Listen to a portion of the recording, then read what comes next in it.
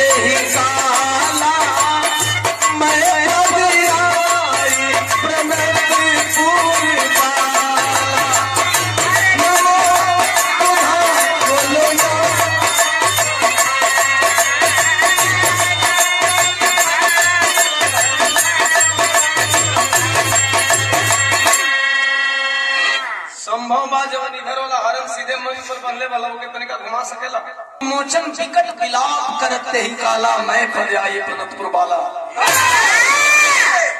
श्रावस्ती के जेठ मन में तथागत महामानव गौतम बुद्ध जी विहार कर रहे थे, विचरण कर रहे थे। आज के समय में कह लिया जाए तो वॉकिंग कर रहे थे, मॉर्निंग वॉक पे थे। एक विधवा रोती हुई आई अपने मरे हुए बेटे की लाश को लेकर के और चरणों में गिर करके रोने लगी। बुद्ध जी बोले, पागल औरत क्यों रो रही है? वह विधवा औरत बोली, पागल मैं हूं या पागल आप हैं? दुनिया वाले आपको भगवान कहते हैं, मैं भगवान मान करके आपके चरणों में आ गई हूं, लेकिन मुझे नहीं लगता कि आप भगवान हो। मैं अपने मरे हुए बेटे की लाश को रख करके आपके चरणों में रो रही हूं, फिर भी पूछ रहे हैं कि तुम पागल हो? कहा इसलिए पूछ रहा हूं कि तू रो क्यों रही है? वह विधवा औरत बता रही है। आपको बताना पड़ेगा कि मैं क्यों नहीं। तरह तरह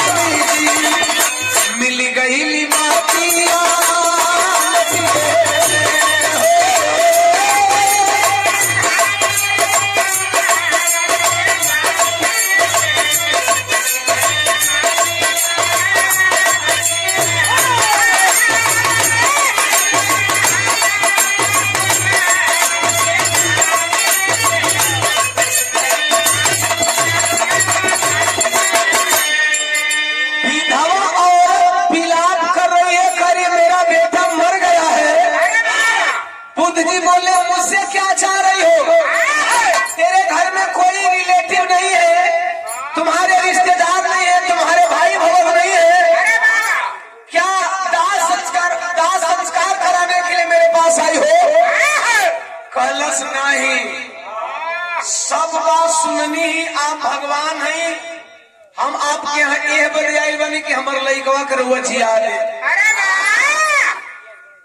आप भगवान हैं, हम यह बदे आए बनी कि रउआ हमारा लइकवा के ऐसे कि भगवान में बड़ी शक्ति होला। भगवान को छोड़ा आजकल पुस्तकन में शक्ति होता। भगवान से दूर की बात है।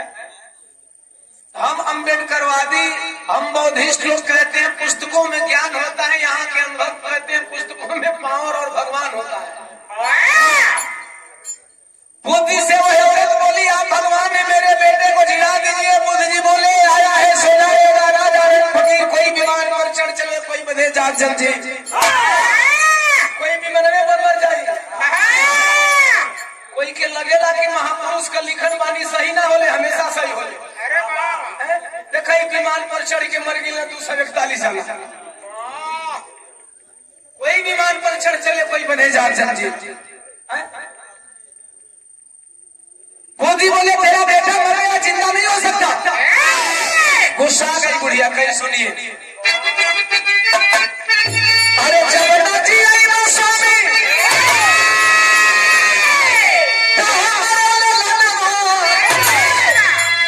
नहीं जिलाऊंगा। अरे किसी का बेटा नहीं जीवित होता तो तुम्हारा बेटा कैसे जीवित हो? मैं झूठ थोड़ी बोलूंगा। मैं वही कहता हूँ जो कर सकता हूँ, जो कर नहीं सकता उसे मैं कह नहीं सकता। तो कहला बुढ़िया की नहीं जीव तो हमारो सुन लो।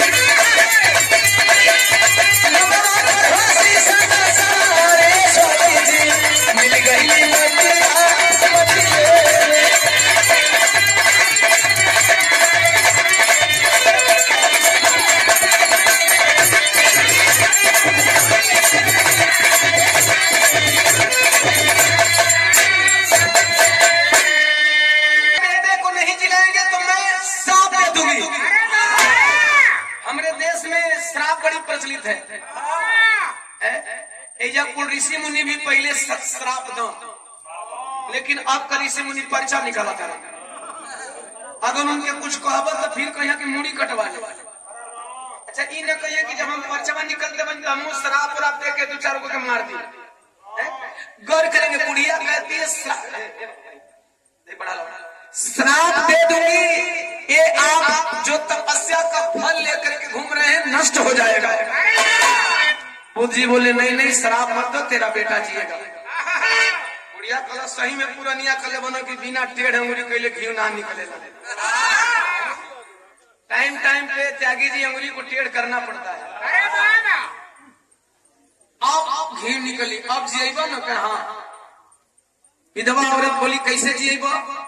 बुद्ध जी बोले कि बस सीधा सा तरीका है, सिंपल तरीका है, तू मर जा तेरा बेटा जी जाएगा।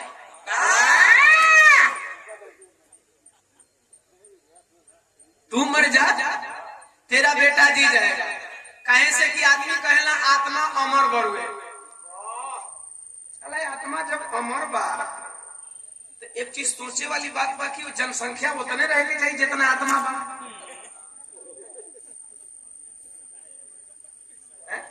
ऐसे कि एक आदमी कहना कि एक शरीर में निकली तो फूल देना दूसरे शरीर में डाले, तो मतलब जब वही बराबर आत्मा अमर में तो उतने में नहीं रहेगी। साला रोज रोज जनसंख्या बढ़ जाती है, इसका मतलब आत्मा अमर नहीं है। आत्मा अमर बुद्ध जी कहना कि भाई उसके हिसाब से बता रहे हैं कि तू मरेगी तो तेरी आत्मा तेरे बेटे में जाएगी, तू जी जाएगी, तेरा बेटा जी जाएगा, तू मर जाएगा। कलश तोहरा मतिन चलाक, हमारा मतिन बुरबा। अरे जब हम मरी जाए तो हमारे लड़कवा जी के खड़ी का हम देखा कि तू जियोला। जमाने में ऐसे ऐसे चलाक लोग पड़े। अच्छा इतना चलाक लोग आदमी पड़ल बने, इतना चलाक आदमी पड़ल बने, लेकिन साहब समझौला के बाद आदमी समझत नहीं खे। अब हाल ही में वो देश में कांड हो गई बा, कोनो पंडिताइन के पिसाब बड़ा शुद्ध बा। साला वही हम देखिए मजाक नहीं करेंगे, मैं मजाक नहीं करता। अब वहीं तक गौमूत्र सुधरल है, अब जान लो जा कि पंडिताई सब कर नहीं, ये बात हमारी बहुत दूर तक पहुंचेगी। वो जौन पंडिताइन का हिसाब से कथावाचक भागवत गीता जो पढ़ा करते थे, भागवत पढ़ा करते थे, कथावाचक शुद्ध हुए हैं। हमारा यादव समाज यहाँ बैठा है, मैं चाहूंगा कि थोड़ा आप लोग अपनी उपस्थिति दर्ज करें। हम अपने सभी यादव भाइयों से मैं चाहूंगा कि एक बार हाथ उठाएंगे, प्यार से हाथ उठाएंगे, लजाता रहो, लजाही में तो यहाँ तक पहुंच गए। आइए देखिए, धन्यवाद। जो हमारे भाई बहुत आप लोग हमें प्यार दुलार देते हैं, हमेशा मैं इस बहुजन समाज के हक की बात करता हूँ। साहब अखिलेश जी की कुर्सी धोई गई थी, मजाक लग रहा था ना? अरे बाबा, हमको आपको उसी टाइम समझ जाना चाहिए था। जानते हैं जमाने में 2 ही लोगों की कुर्सियां धोई गई हैं। जमाने में 2 लोगों की कुर्सियां धोई गई। आजादी से पहले जब बाबा साहब डॉक्टर बी आर अम्बेडकर की नौकरी लगी है महाराज गायकवाड़ साहब के यहाँ, तो वहां कार्यालय में जब इंटरव्यू होती है, कार्यालय से बाहर जाते हैं तो बाबा साहब डॉक्टर बी आर अम्बेडकर की कुर्सी, जो सर्वोच्च पद की कुर्सी थी, उसे इन्हीं मनुवादियों ने धोया और उस कुर्सी पे गौमूत्र का छिड़काव किया।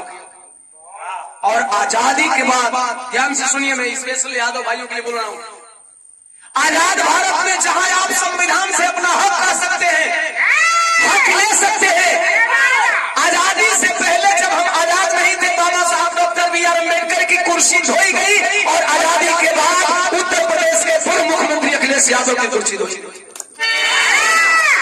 आप समझिए हम और आप कहां हैं। आजादी से पहले बाबा साहब डॉक्टर बी आर अम्बेडकर की कुर्सी धोई गई तो उन्होंने संविधान दिया और कहा अब मेरे देश में ऐसा नहीं चलेगा। संविधान के बदौलत हम सीएम पीएम डीएम सब बनने का पावर रखते हैं, लेकिन कभी आपकी कुर्सी धोई जाती है और कभी आप भागवत कथा कहते हो तो आपको यादव कह करके, शुद्ध कह करके एक महिला के मूत्र से अपना शुद्धिकरण किया जाता है। गलती आपकी है या गलती उनकी है, ये समझना होगा। ये लोग का दही पियोल का नुकसान कर, ये दही पिलाना रिएक्शन कर करेंगे। मैं कई बार ये बात मन से बोल चुका हूं, हमको आपको समझने की जरूरत है। अगर आज धरती पे भारतवर्ष में मनुवाद का सबसे बड़ा पोषक है तो हमारा यही यादव समाज। और साहब आज नहीं तो कल सबकी बारी आएगी, घबराने की जरूरत नहीं है। जब बाबा साहब की कुर्सी धोई गई होगी तो उस जमाने में लोगों ने सोचा होगा कि ये तो चमार हो, ऐसे कर कुर्सियां धोआ गई। नहीं चमार नहीं, शुद्ध हुआ लोग। चमार समझ के कुर्सी नहीं धोवाला, यही समझ के कुर्सी नहीं धोवाला। पासी मुसहर कोयरी कुर्मी बिन मलान लोनिया चौहान समझ करके आपको धिकारा नहीं जाता है, शुद्ध समझ करके, क्योंकि आप वर्ण व्यवस्था में देखा हम बतियावत है ना, तब पैसा वैसा लिया के बैठ गए।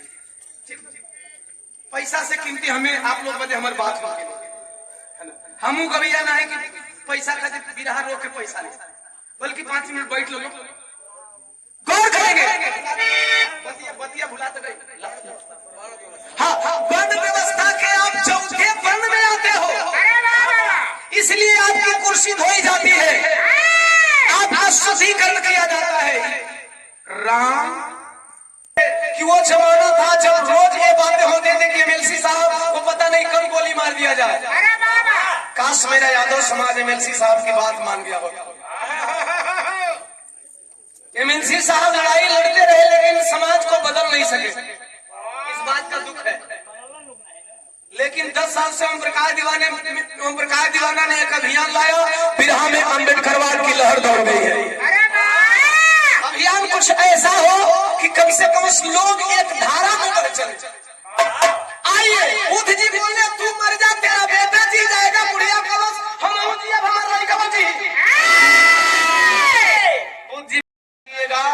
हमारी दूसरी शर्त मान ले। कौन सी शर्त? अरे जाई के लिया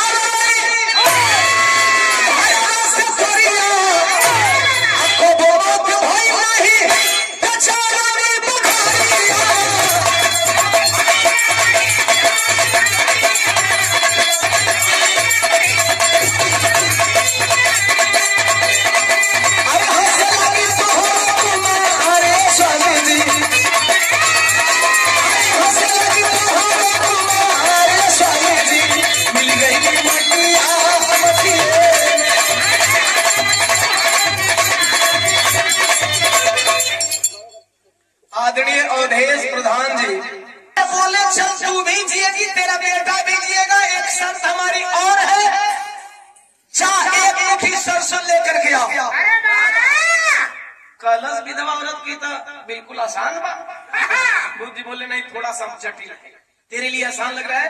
एक मुट्ठी सरसों उस घर से लाना है जिस घर में कभी मौत नहीं हो, जिस घर में कभी मौत नहीं हो। कलश ऐसा बात नहीं खे। अरे असावर चलो, अमहर चलो, है ना, अगल बगल का गांव गिने लगे, तू भी यहाँ चलो, है ना, बागा चलो और गांव बा, और कहीं नहीं मिले तो निकल चलो 12 चौर, है ना, 12 चौर न मिली तो निकल चलो मोहम्मदाबाद में, तो चलो छपले छपले गाजीपुर। मैंने अंदाज लगा कि ये कौन बड़ी बात बा। जब आप अज्ञान रहते हैं साहब, तो आप सच बातों को सुनने की ताकत और पावर नहीं रखते हैं।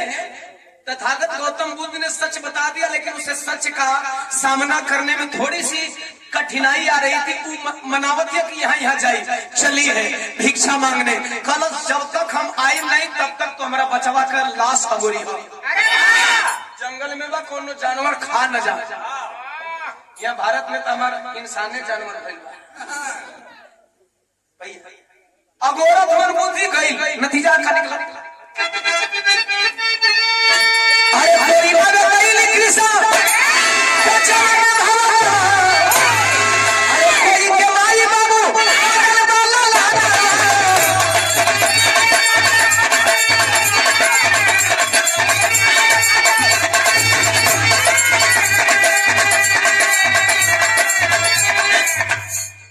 आवाज लगाने लगी दरवाजे दरवाजे, भिक्षाम देही भिक्षाम देही। जे आवे राशन लेके। हमारे भारत में भिक्षा में बहुत कुछ मिलेगा, चावल, गेहूं, आटा, किसान, कांसा, पीतर, लेवा, गुदरी, इहो मिलेगा। कहे कि हमके ना चाहिए, हमें एक मुट्ठी सरसों चाहिए, लेकिन वो एक मुट्ठी सरसों तब जब तोहरा घर में कोई मरल नहीं होगी। सब ये कहे हमारा घरे चाचा मरल, हमारे घर चाची, हमार माई, हमार बाबू, हमार भैया, हमार बेटवा, हमार भौजी, हमार मौसी, हमार नानी, हमार दादी, हमार काकी। अरे केकरा घरे मौत नहीं खे भाई। थाक गई खोजत खोजत। सवेरे का निकलल 10 बज गई हो भैया। सोचलस कि अब ना मिली। निकल रही थी इसी तरह से गांव से बाहर। गांव के बाहर बैठ जा भाई, पीछे गार्जियन हमारे बेटे। इसी तरह गांव के बाहर एक आलीशान महल देखती है। सोचलस कि जब बाहरवा ये महलिया लौटी गई तो ये जो मांगे नहीं जाते जाते रास्ते में आवाज लगाई भिक्षाम देही। 5 बार आवाज लगाती है, 5 बेर के आवाज का जवाब नहीं आया। वो वापस हो जाती है। बुढ़िया 5 कदम दूर गई होगी, तब तक से इस दरवाजे से एक दबी समी हुई आवाज आई, माँ क्या तुम मेरे घर से बगैर भिक्षा लिए वापस चली जाओगी? बुढ़िया लौट करके वापस देखती है। 21 साल की जवान बाला, खूबसूरती चांद की तरह, लेकिन चेहरे की झुर्रियां बता रही थी विपत्ति की मारी है। शरीर की लिपटी हुई सफेद साड़ियों में मानो परी दिख रही थी। पहुंची है बेटा, क्यों नहीं? मैं तो मांग रही थी, 5 बार आवाज लगाई, किसी ने जब आवाज का जवाब नहीं दिया, कोई रिप्लाई नहीं है, तो मैं वापस हो गई। कही माँ क्या चाहिए भिक्षा में तुझे? कही बेटी जा, एक मुट्ठी सरसों लेके आ जा। वह सफेद साड़ियों में लिपटी हुई 21 वर्षीय बाला चेहरे की झुर्रियां बता रही थी कि विपत्ति की मारी हुई है। गई है घर के अंदर, एक मुट्ठी सरसों लेकर के आई है, आंचल फैलाई है। बुढ़िया वही आंचल में डालने चली, तब तक से बुढ़िया सवाल कर दी, नहीं ये भिक्षा तो तब देना जब तेरे घर में मौत ना हुई हो। सफेद साड़ी दिख रही थी, चेहरे की उदासी बता रही थी कि विपत्ति की मारी है। हाथ के मेहंदी की ललाई को सामने करती है, माँ जरा इधर देख, जरा इधर देख, जरा इधर देख, कहाँ मेहंदी है? कलश नहीं समझी? कहे नहीं, तब मंगिया पर हथवा रखो सही पलुई हटा दे और मंगिया पर हथवा रख के कहा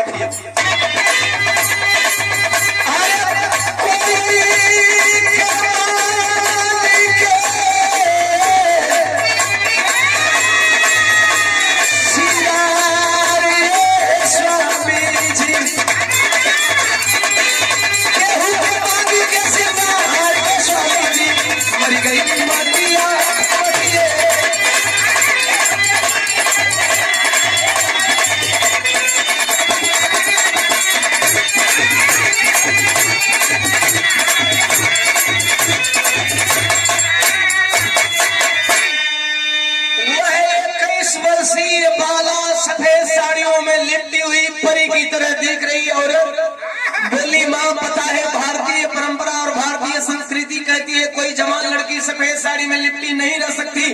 और माँ ये हाथ के जो मेहंदी की लड़ाई है अभी 7 दिन नहीं हुआ, मेरे पति मरे हुए हैं। विधवा औरत अब समझ गई बुद्ध जी ने मुझे क्यों भेजा था। विधवा औरत समझ गई, मेरा बहुजन समाज कब समझेगा? अरे बाबा ये मत समझ लेना कि मैं केवल विधवा औरत को समझा रहा हूं। एक उदाहरण से वो विधवा औरत 4 घंटे का भ्रमण की समझ गई। आप लोग कब समझोगे? आप बुद्ध का भारत कब बनाओगे? अम्बेडकर, पेरियार, ललाई, छत्रपति साहू महाराज का भारत कब बनाओगे? कहां से चली है? वहां से चली तब हंसता खेलता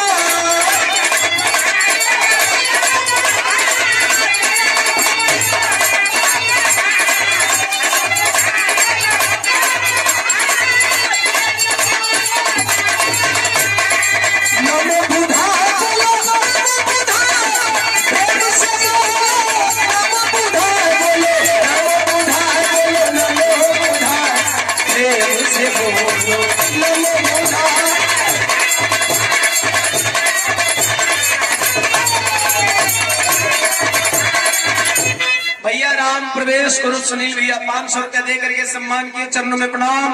वह नमो बुद्धाय, अच्छा मास्टर नमो बुद्धाय। यहाँ हम अम्बेडकरवादी, हम बौद्धिस्ट लोग नमो बुद्धाय कहते हैं, तो भारत के मनुवादी कहते हैं नमो बुद्धाय, उसको कुछ न बुझाए। इनको लगता है कि हम लोग बुद्ध को नमन करते हैं, नहीं। नमो बुद्धाय का मतलब होता है बुद्धि को नमन करना। साहब जमाना जिस दिन नमो बुद्धाय समझ जाएगा ना, तो इ पंडिताइन के पिसाब से शुद्धि कैले की जरूरत नहीं। क्यों? क्योंकि वह भागवत कथा वाचक, ध्यान से सुनेंगे, जो भागवत कथा वाचक थे वो ज्ञानी थे, वो पढ़े लिखे व्यक्ति थे। और बुद्ध जी ने कहा कि हर पढ़ा लिखा व्यक्ति, हर बुद्धिजीवी व्यक्ति को नमन करना चाहिए। इसी बात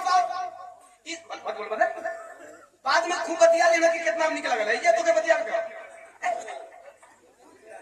रीजन क्या है ना, देखिए सब लोग शांत रहते, एक लोग भी बोलेंगे तो मैं सुन लूंगा, और जहां से बोलेंगे वहीं मैं बोलूंगा, सबके थोड़ी बोला। बतिया भुला दे लोग, देखो गाना का लाइन याद भाई यार, बात सोच सोच के आदमी बोले ना, पता नहीं। और रोज ये गाना सुन लोग रोज अलग बोल दे साहब। रोज अलग बोल देंगे। कथावाचक ज्ञानी था, ज्ञान को नमन करने की बात बुद्ध ने कही। यहाँ सब बुद्ध है, जिसके पास बुद्धि है वो क्या है? बुद्ध है। जिसके पास ज्ञान है वो क्या है? पंडित है। इसी बात को संत जी ने लिखा, रविदास ब्राह्मण मत पूजिए जो होवे गुणहीन, पूजिए चरण चंडाल के जो होवे गुण प्रवीण। अर्थात रविदास जी की भी बात मान ली गई होती साहब तो यादव समाज का वह बहुत ही ज्ञानी कथावाचक के साथ ऐसा शुरू। इसलिए बुद्धि को नमन करना है। लेकिन ये मनवादी लोग बुद्धि को नमन नहीं करते हैं या व्यक्ति को नमन करते हैं, व्यक्ति के व्यक्तित्व को। अच्छा, बुद्ध जी ने कही और वो बातों को किसने समझा? कृष्णा गौतमी। अरे भाई साहब, एक औरत समझ गई और अभी तक आप लोग नहीं समझे। अब तो हमें उम्मीद है कि हमारा यह बहुजन समाज अर्थात SC ST OBC माइनॉरिटी समाज के लोगों को समझ जाना चाहिए। साहब, कथा वाचना, अगर कथा वाचने से भगवान मिलता तो भगवान का नाम लेने का हक सबको है। कथा वाचना भगवान को पाना नहीं है, कथा वाचना धंधा है। आई बात समझ में? ओम प्रकाश दीवाना का विरह गाना क्या है? धंधा है। लेकिन ये धंधा है, दीवाना भी गा सकता है, मेलसी साहब भी गा सकते हैं, सरोज त्यागी भी गा सकते हैं, राजभर अहिर चमार कोयरी कुर्मी बिनमला नोनिया चौहान कोई गा सकता है। लेकिन भागवत सब नहीं कर सकता, चूंकि दुकानदारी गड़बड़ा जाएगी। साला कुछ लोग जन्मजात आरक्षण लेके बैठे और इस ससुरन के हमनी का आरक्षण पर कीड़ा काटे। मास्टर कोई बन सकता था, लेकिन कथावाचक सब। बहुत सारी ऐसी घटनाएं हो रही है। आप विरोध में हुए तो जमाना जाना, बहुत सारी घटनाएं दब जाती हैं।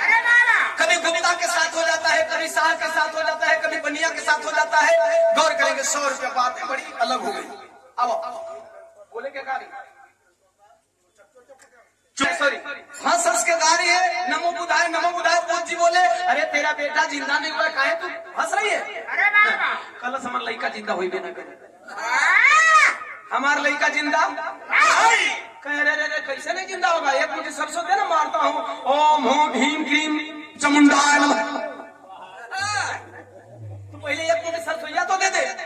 बुद्ध जी को पता है कि मुझे सरसों लेके आई नहीं है। बोले कि तेरा बेटा जिंदा होगा। मैं बुद्ध कह रहा हूँ, उसने कहीं मेरा बेटा जिंदा नहीं होगा, मैं अपने बेटे की माँ बोल रही हूँ। बुद्ध जी बोले तेरा बेटा जिंदा होगा, मैं कह रहा हूँ, तू एक मुझे सरसों दे दे, कल मेरा बेटा जिंदा नहीं होगा, मैं कह रही हूँ। बुद्ध जी बोले चलो तेरी बात सही, लेकिन ऐसे कैसे बताओ कि तेरा बेटा जिंदा कैसे नहीं होगा? तू पहले बता तो सही कि तेरा बेटा जिंदा कैसे नहीं होगा। सब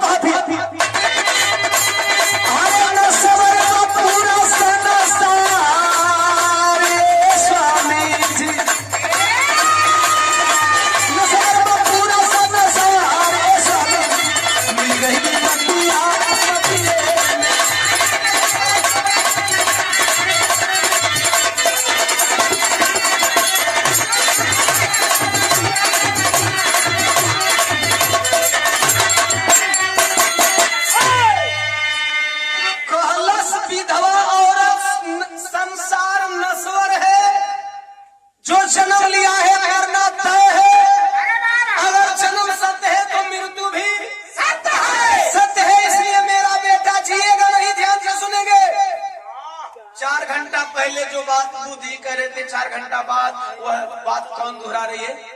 वो औरत। क्यों? क्योंकि उसे ज्ञान की प्राप्ति हो गई। और ज्ञान की प्राप्ति कैसे हुई?